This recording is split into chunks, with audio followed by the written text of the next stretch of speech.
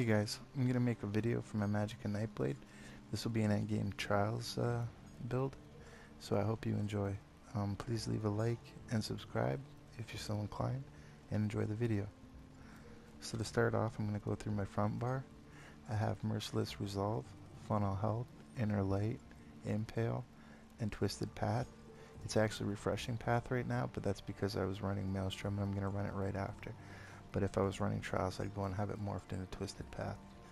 The added utility from having it as Refreshing Path really helps out for inexperienced Trials, but in a top-end group where you're going to rely on the healers, then you really need the damage over top of the utility. I use Funnel Health because it's a cheap spammable, and it actually helps the group considerably.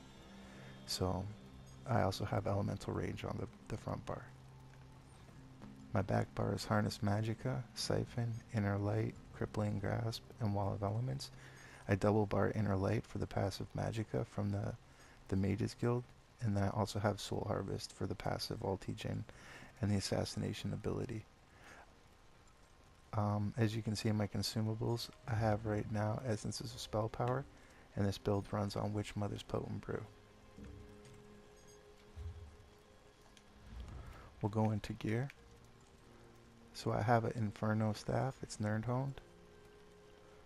A Moondancer Lightning Staff that's Precise. I'm wearing Valken Scoria with this build because the fire synergizes well with the Dark Elf passives. 5-piece Julianos. I actually have 511. I have a heavy chest piece and a medium shoulders, and then the rest is all light. It's all glyphed with Max Magicka. My jewelry obviously is Moondancer to go with my staff.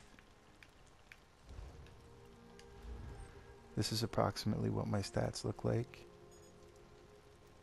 That's the back bar. And then that's the front bar. On a potion. I run the Apprentice Mundus Stone. And all my stats are into Magicka. I'm going to show, the reason that I showed you that now is because I'm actually going to switch up to an alternate way that you can run this build. It's actually a little bit more powerful. And I also have an infused lightning staff. Ideally it would be an infused Inferno staff because you'd want to go double bar Inferno. You can always rely on the blockade of storms in a group coming from a Sork or another Magicka character.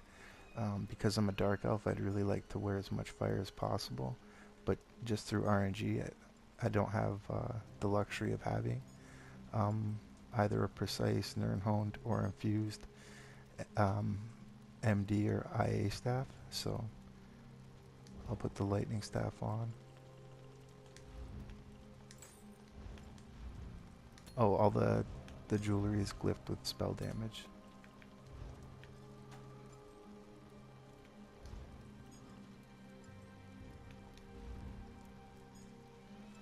So it raises my crit a little bit and lowers my max Magicka, which is basically the trade-off between the second piece of Moondancer and IA.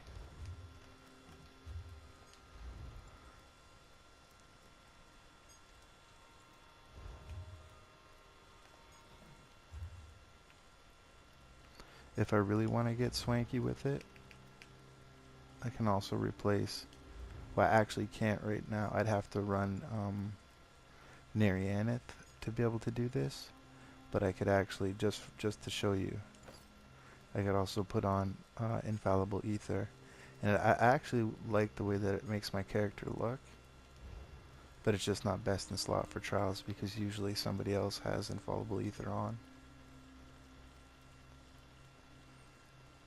Again, if I was doing this, I would switch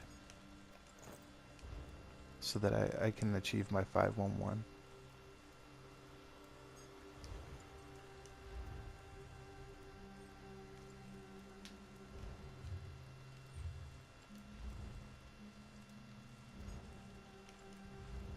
So I'll just go and put that back.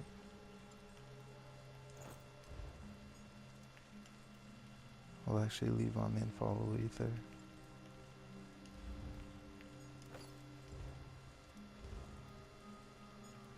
Now we'll go into champion points.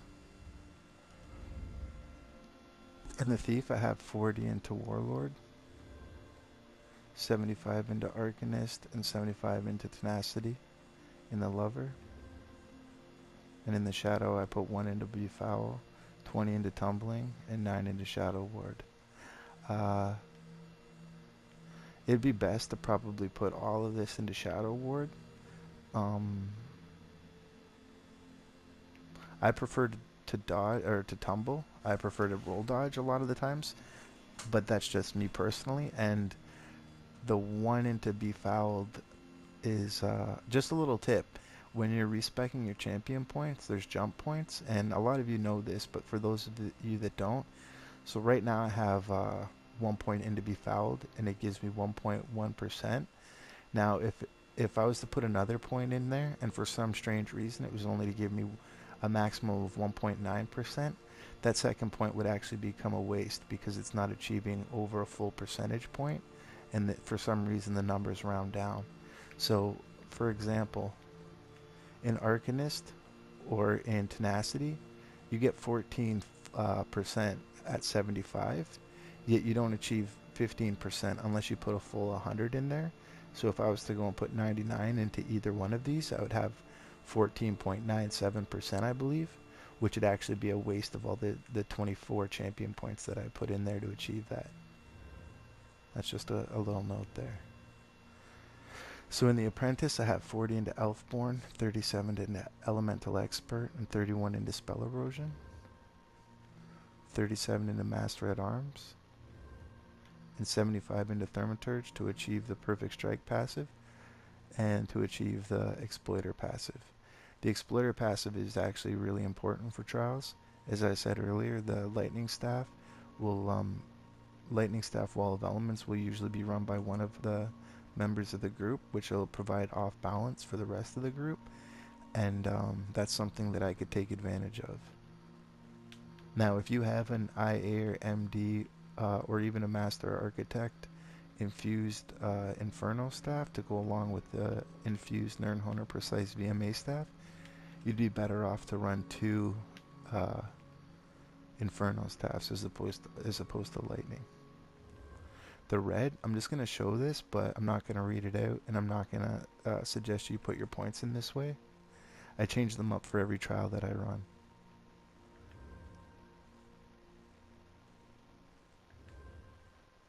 This just happens to be the best return on investment for the points that I have for all content.